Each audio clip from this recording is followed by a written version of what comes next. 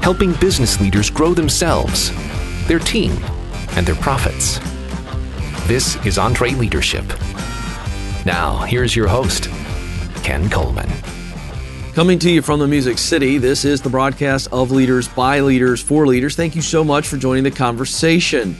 We focus on marketing again this episode. Our feature conversation is with Chalene Johnson, who is a best-selling author, lifestyle expert, and super entrepreneur. We also take you into a fun conversation with Chuck and Angela Fazio. They are alumni, very successful alumni of our Entre Leadership Master Series. You'll enjoy them. And of course, you've come to expect it, and you should. Great resources from the Entre Leadership team and Infusionsoft. Hey, before we get to the conversation with Chalene, I want some feedback from you. We've been talking a lot about marketing, and there's a reason, because it matters. Now, some of you are in a very small business, so you're having to be that chief everything officer, and sometimes you push marketing aside because there seems to be more important things. Here's the reality. There's nothing more important than marketing. You've got to tell the story. You've got to be banging the drum. And so we want to hear from you.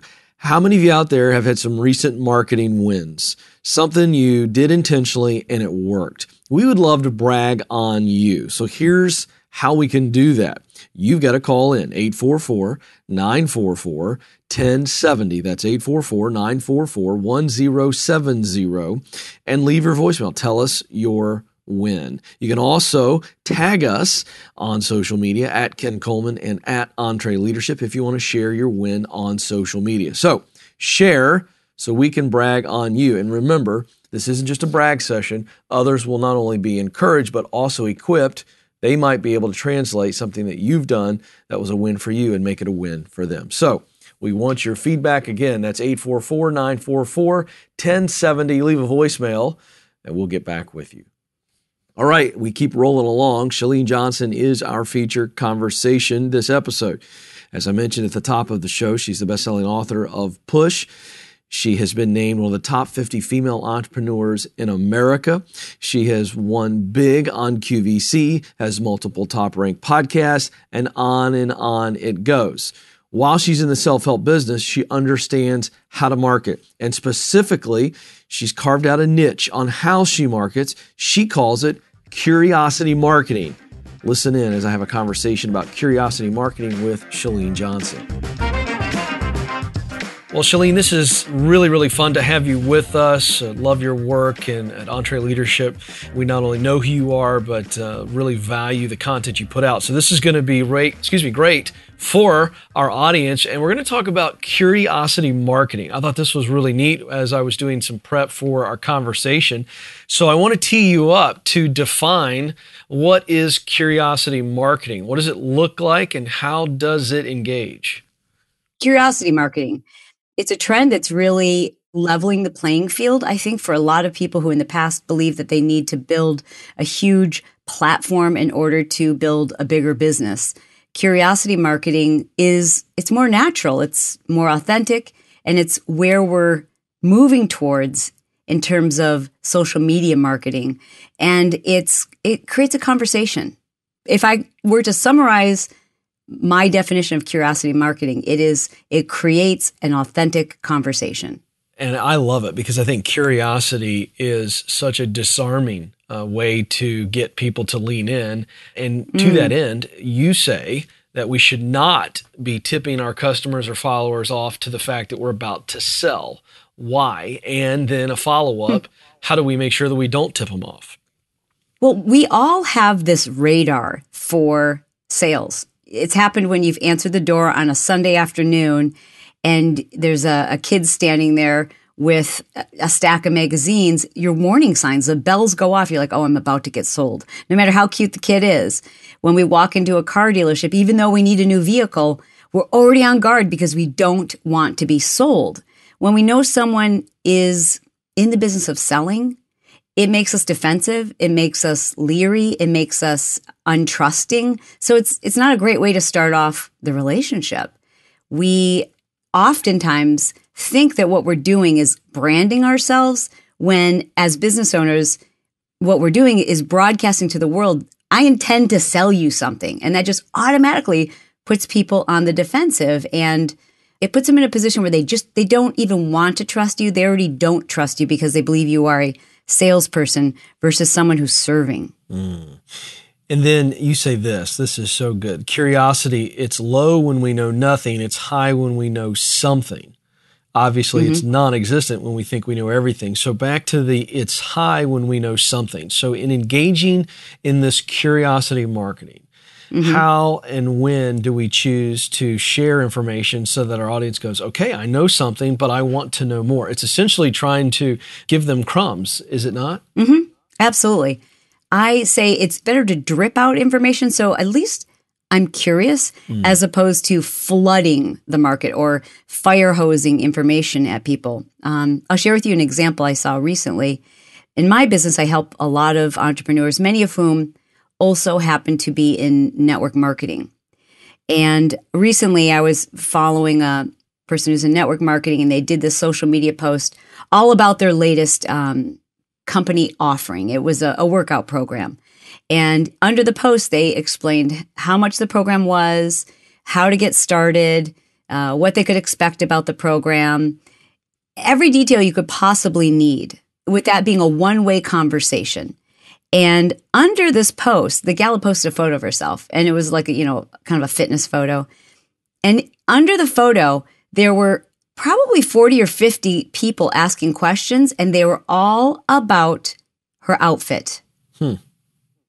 And I thought, well, that's because she didn't say anything about the outfit. So how might she be able to reframe that? I think it would be to start a conversation, and I would say, first of all, I try to give people as much information as possible if those are things I don't want them to be curious about. In other words, she doesn't want them to be curious about the fact that her shoes are Nikes, let's say. So she's going to say, I'm wearing my new Nike shoes and I'm wearing this new fitness workout outfit that I would have never had the confidence to post a photo of myself in it in the past had I not finished this really incredible exercise program that took me the last 30 days to transform my body. Okay, now I don't have any questions about her outfit, but I've got a lot of questions about this program. Yeah. I love that. And I want you to talk about identifying the problem the right way, because you kind of touched on it.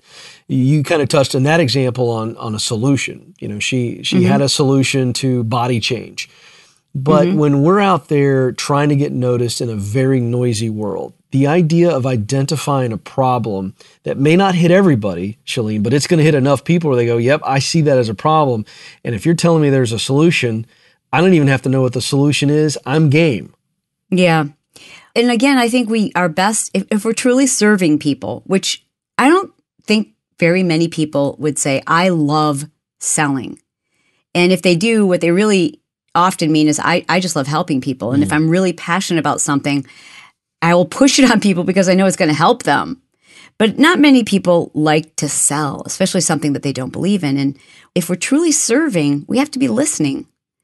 And even when I see business owners talking about the features and the benefits of their course or their program, their product, I think it's important rather to flood somebody with all of those things, to listen and figure out what is their problem. A great example of this is my husband and I, not to go back to the car example, but when we were shopping for vehicles, we'd walk into the showroom and I'm the car girl. Like I've already done my research. I know about the engine size, the warranty, what rim package I can choose from. I know all of that. But when we would go shopping for a vehicle with my husband, inevitably the salesman would approach my husband and speak directly to him and kind of flood him with information that I knew my husband could care less about.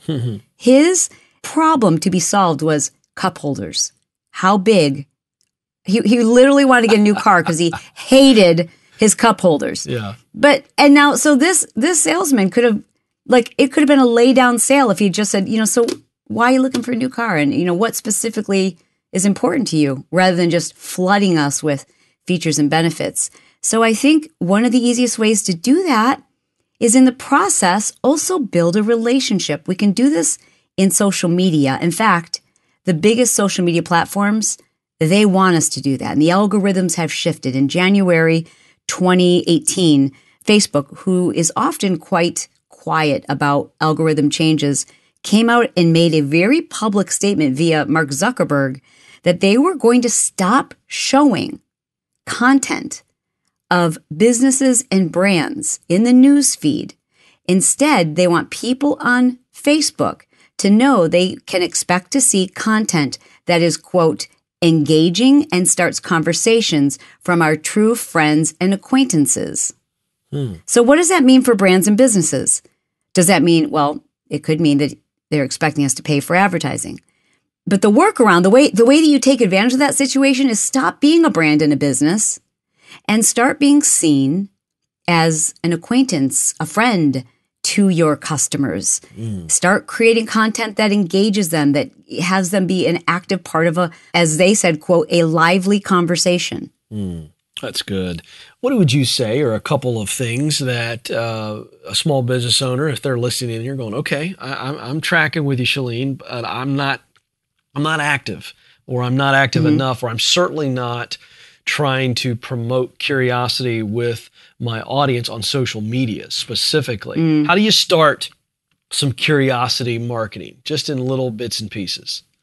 I would say you just have to start. And the great thing about this is anything you're not comfortable with or you don't like the way it came out, you delete it. It doesn't live on forever and ever.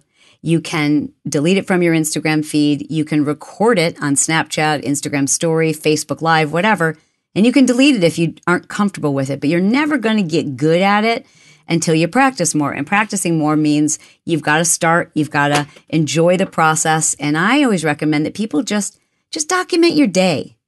You know, not your entire day, but if it piques a little bit of interest in your mind, if you think to yourself, this is something I tell my husband that this just happened, or I bet if I were to walk back into the office and tell the people who work in my department what just happened to me at lunch, they're going to find this interesting. Well, so too are the people on your social media feed. And you might think to yourself, but that doesn't have anything to do with my business. That's the point. We need to like you and trust you and know you before we're going to do business with you anyways. So let us get a sense of who you are. I have to ask you, because if anybody knows anything about you, your career continues to evolve and expand. But the reality is you have been a wild success in fitness videos. And so I want to streamline the example of curiosity marketing by taking it to that. So the world is saturated with fitness plans, fitness videos, and, you know, how do you stand out? What do you think, as it relates to curiosity marketing, that you and your team did well to stand out, to become such a force? First, I have to say, like probably most people who are listening, you just don't feel like you deserve to even call yourself an expert in an industry when there's so many far more educated, more experienced people than you. And I feel that same way about my role in the fitness industry. I didn't study fitness. I wasn't incredibly passionate about exercise. I just found a way to make it really fun and effective for me. And then I just wanted to tell everybody about it. But even when I first started doing that, I thought, I don't belong here. I don't look like these ladies. These women, you can see their spleens are so lean. I like food. I don't want to spend 5 hours in the gym. Like, what am I doing here? I don't belong here. But I just was authentic and real. And that's what helped me stand out initially. But I want to share with you an example that is curiosity marketing. And that is one of the things I tell people when it comes to curiosity marketing is don't copy the words, actually the sales copy, or even the verbiage you're seeing under your competitors' posts, because those aren't your words. And when we share words, when we copy words, it's not authentic. When my last infomercial, Pio, when we first released it on air, we had a huge marketing budget, spent over $1 million on production, hired copywriters, and they tried to write in my voice, and then I stood in front of a teleprompter and I read their words as casually as possible. And we tested it for over a year, and we just basically flatlined. The company that I partner with, Beachbody, came to me and they said, we've tried, and unfortunately, we just want to let you know we gave it our best ditch effort. And I said, listen, can I test something? Can I just open up my iPhone and point it at myself and let me just say what I want to say? I know nothing is more attractive than energy. And if you get me talking about this program, PIO, if you get me talking about this, you're going to see a girl on fire, and I'm going to talk to her, the consumer. I'm going to talk to her the way I talk to my girlfriend. And let's have it be unproduced and not so polished and, no makeup or hair people on set. Let me just open up my freaking phone with my dog in the background and my kids making noise. And let me tell you why this works.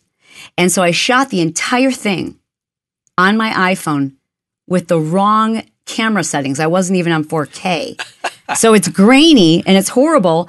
And I was the number one infomercial, all categories in 2017, and also voted the number one infomercial host in 2017, which I think is hysterical because it literally, it drives me crazy when we do these things and we overproduce them and we overthink them. When you know what people desire today?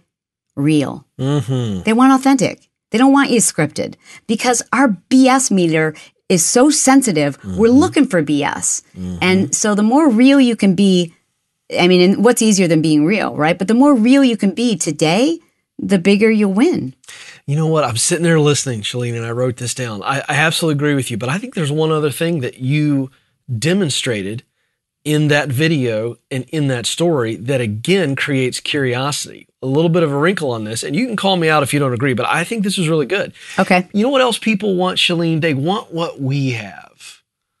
You know, you remember the famous scene from Sleepless in Seattle, I'll have what she's having. At the end of the day, we want what other people have if we see that, man, they're enthusiastic or they're passionate or they're having the time of their lives. Am I right about that?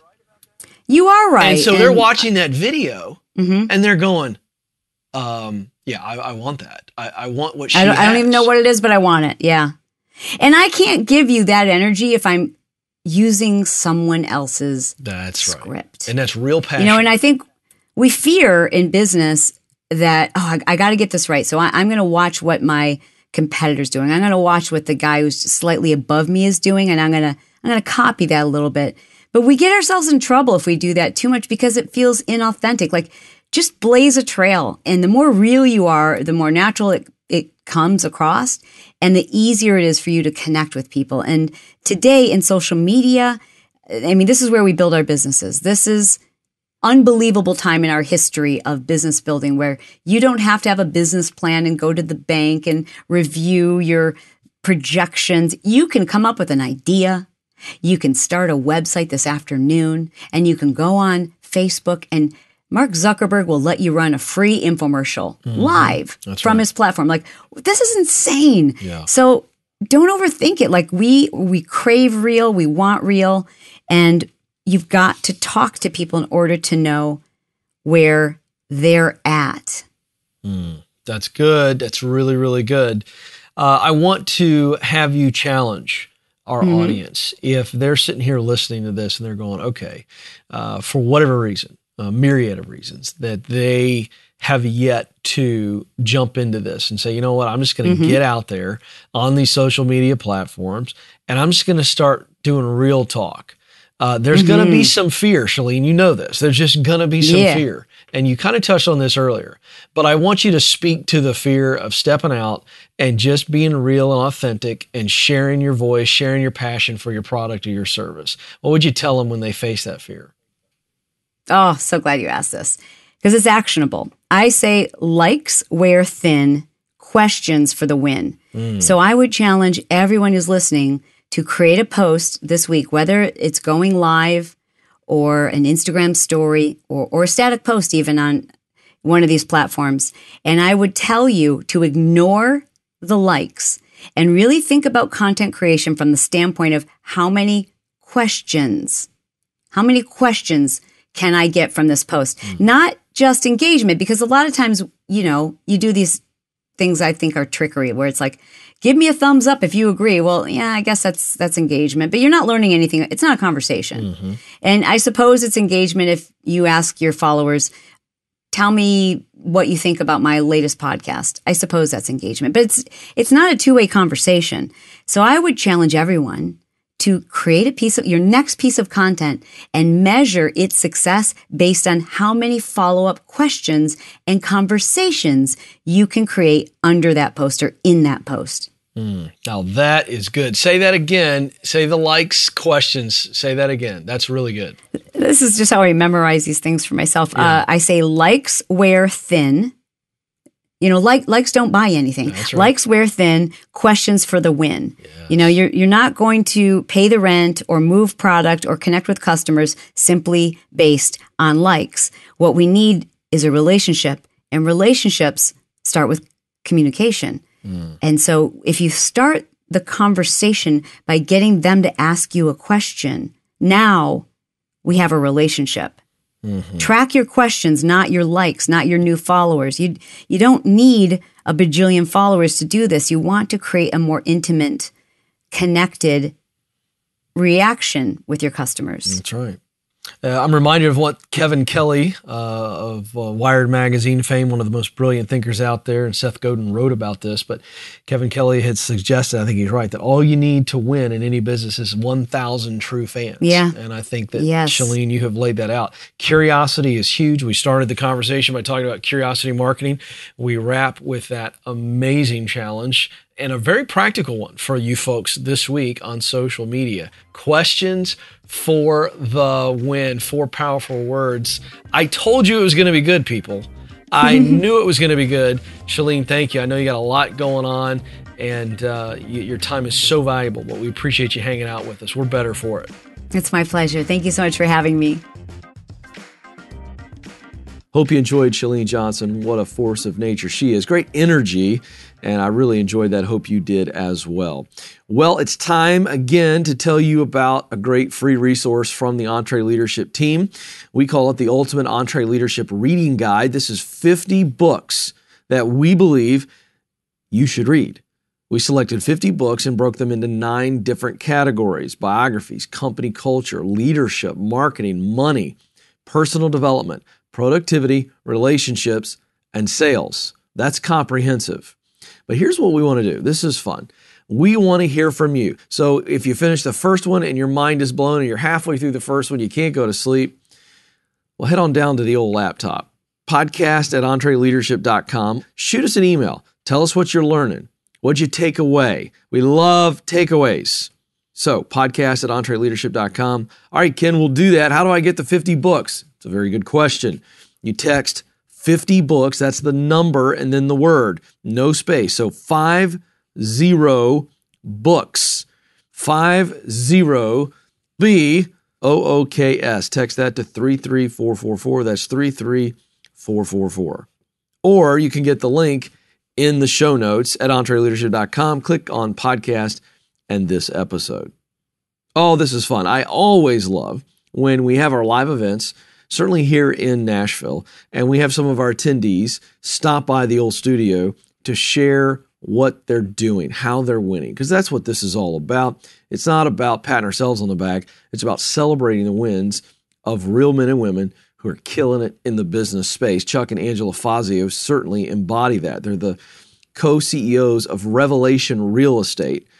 They are the number 1 real estate company in the East Valley area of Phoenix.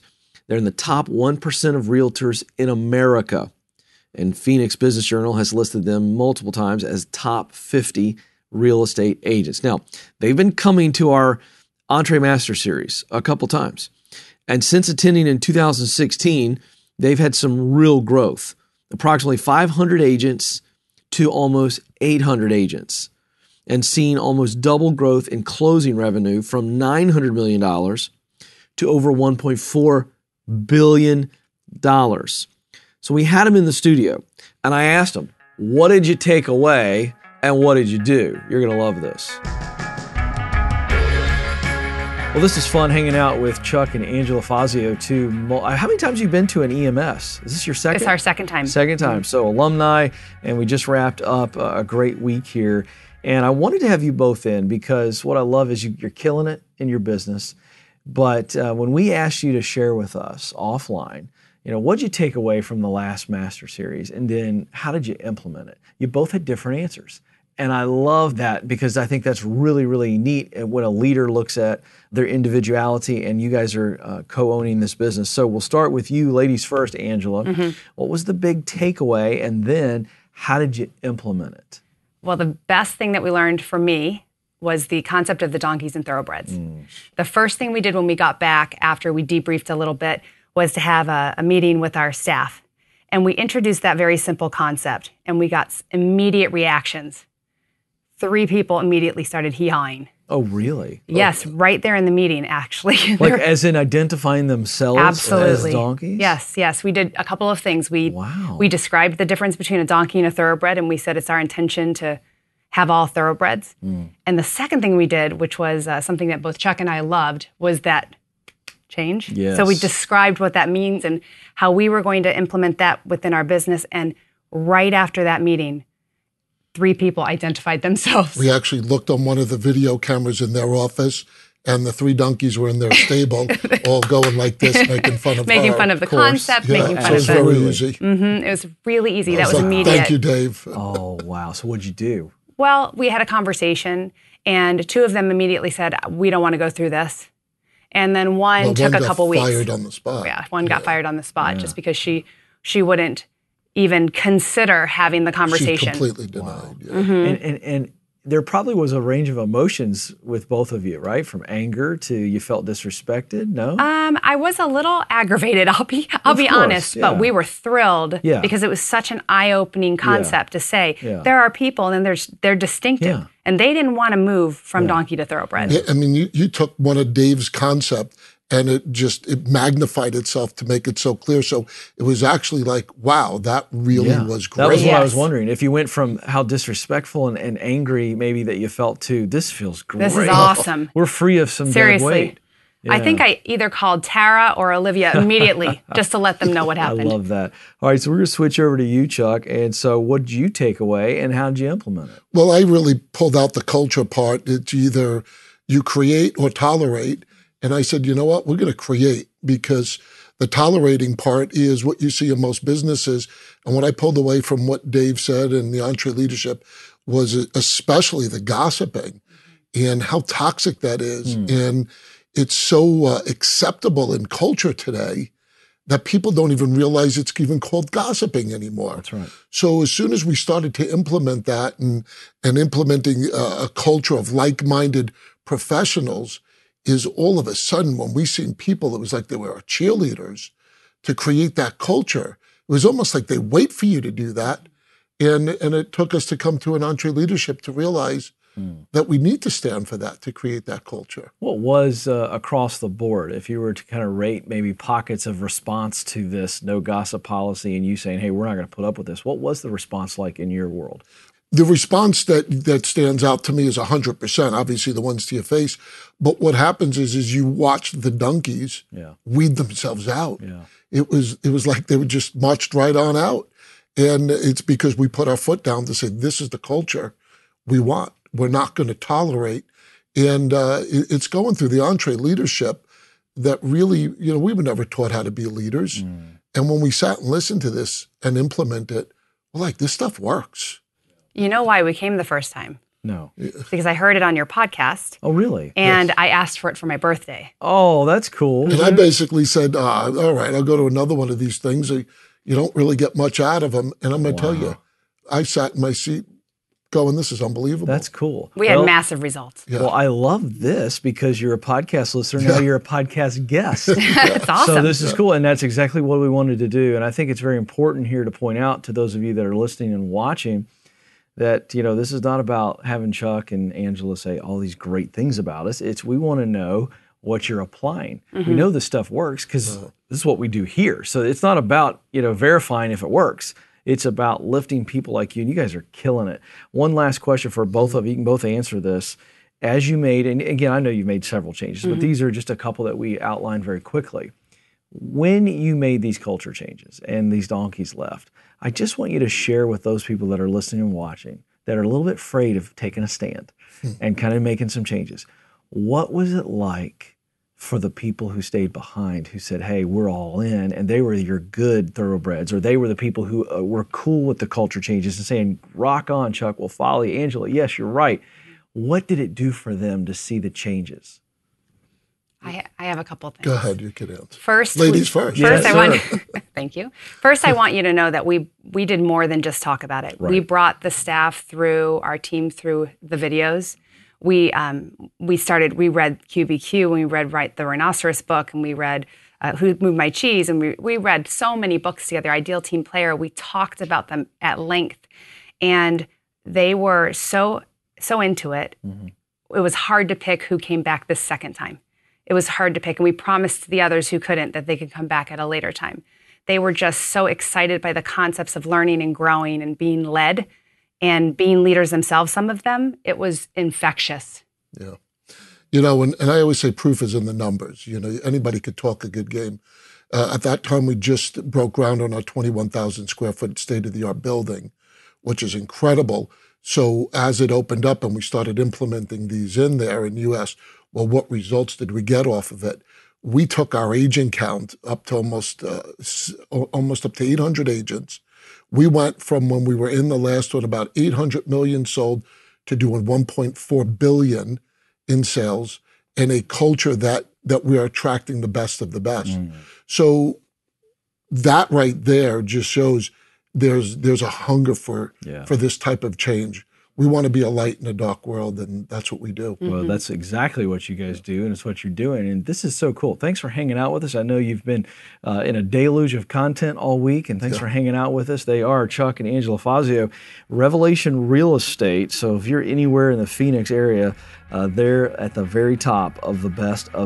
Great people. They are Entre leaders. So hey, if you're out there and you're looking to buy something, don't go to anybody else. There you go. Thank you so much. Thank you. Appreciate it. Big thanks to the Fazios for sharing their story. By the way, if you want to know if you should come to a Entre leadership event, go ahead and rewind that one more time and then re-ask yourself that question. Hey, our friends at Infusionsoft help us do what we do, not just here on the show, but also within the four walls of Entre Leadership. We love Infusionsoft. They've got a great resource for you. We've been telling you about this. You need this. You need to know what's happening. 2018 Small Business Trends Report is an awesome resource from Infusionsoft. They've talked to industry experts across the board. Where are things headed in 2018? This report is going to tell you, and it's important so that you know what your competition is looking at so you can stay ahead of the game. You're going to get the top marketing trends for 2018, social media trends and strategies, and then digital marketing budgets and planning. This is an amazing resource. Infusionsoft.com/2018 report. That is the number. Infusionsoft.com 2018 report. Go get it, study it, implement it, win with it. Wow, that was chock full of goodness. Hope you enjoyed it as much as we did in putting it together for you. On behalf of Will, the producer, Jim, the engineer, and the entire Entre leadership team, thank you for listening. We'll talk with you again very soon.